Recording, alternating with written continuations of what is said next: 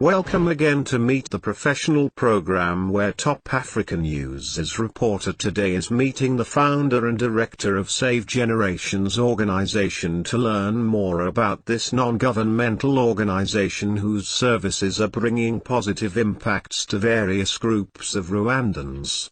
At its headquarters, which locates in the city of Kigali, our reporter has been able to talk to Madam Yvette, the founder and the director.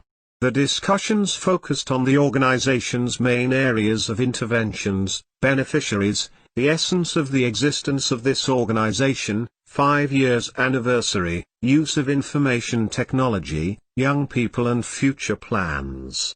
First of all, what have we immediately learnt about this organization's?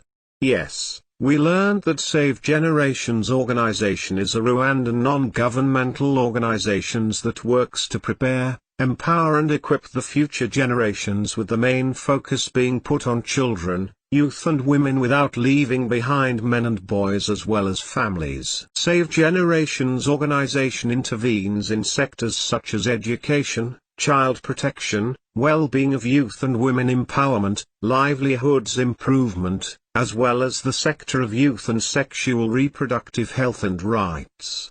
And absolutely, the organization also touches the domain of environment protection as well as the aspects of climate change. Enjoy the program. Thank you. I'm Yvette Ninomono. I'm the founder and director of Save Generations organization. Please tell us about what is Save Generations organizations, and let us know the areas of interventions of this organization. Okay, thank you. Save Generations organization is a Rwandan non-governmental organization.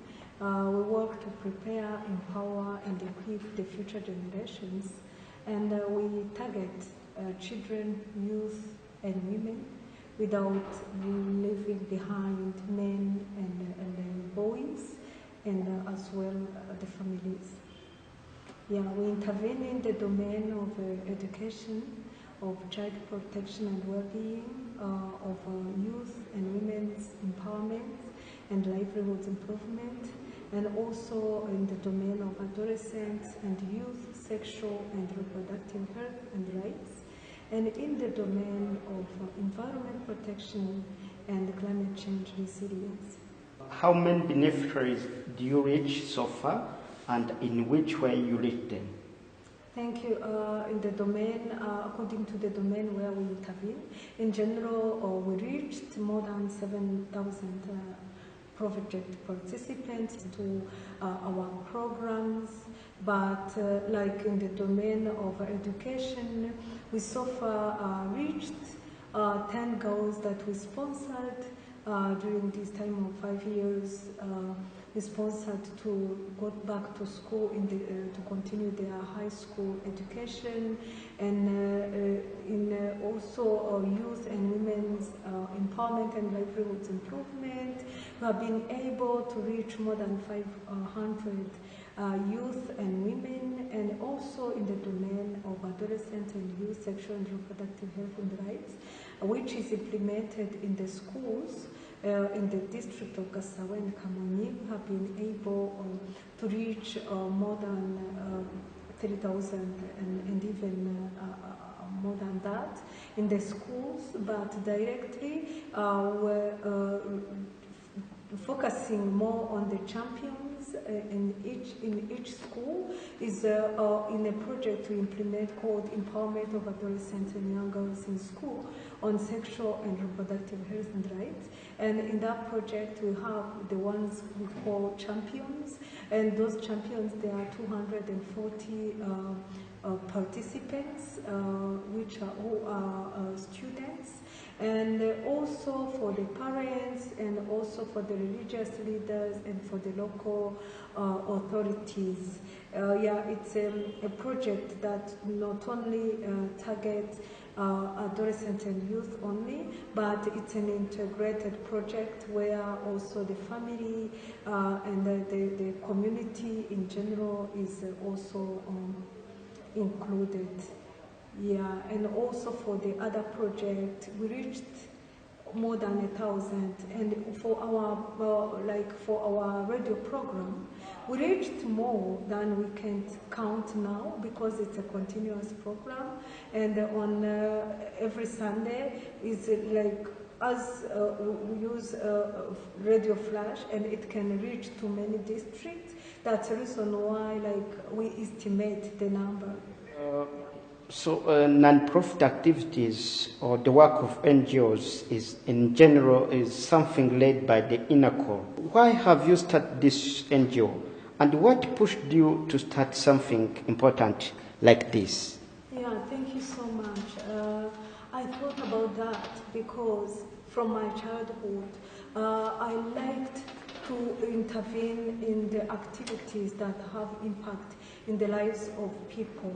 It's a passion from my childhood. It's a passion that really don't stop in me. It's always there because I believe that building people is building really even the country, is building the community, is building the world that we want. So my passion was about building people, starting from the girls and women, because I'm a girl and I'm a woman. So I was thinking and seeing the opportunities that are there in our country, where we have really the good policies that for gender equality, even for empowering girls and women, and for promotion of equality between men and women. So that one, as a girl also, I was thinking, saying, according to the opportunities and the exposure that I had, what also can I bring back to my country, to my community? So I thought to start the interventions that really will contribute to build girls, to build women for their empowerment and for their contribution equally to our country, even to our society in general. You have gotten key and some of the most important information about Save Generations organization. Our today's edition ends here. In the next episode, which is being also prepared, we will hear about the real achievements of this organization in 5 years serving its main beneficiaries as well as its future plans. We thank you and humbly request you stay connected with us for more and more touching stories from Save Generations and its on-ground beneficiaries. Our next episode will be posted on Wednesday this week. Bye.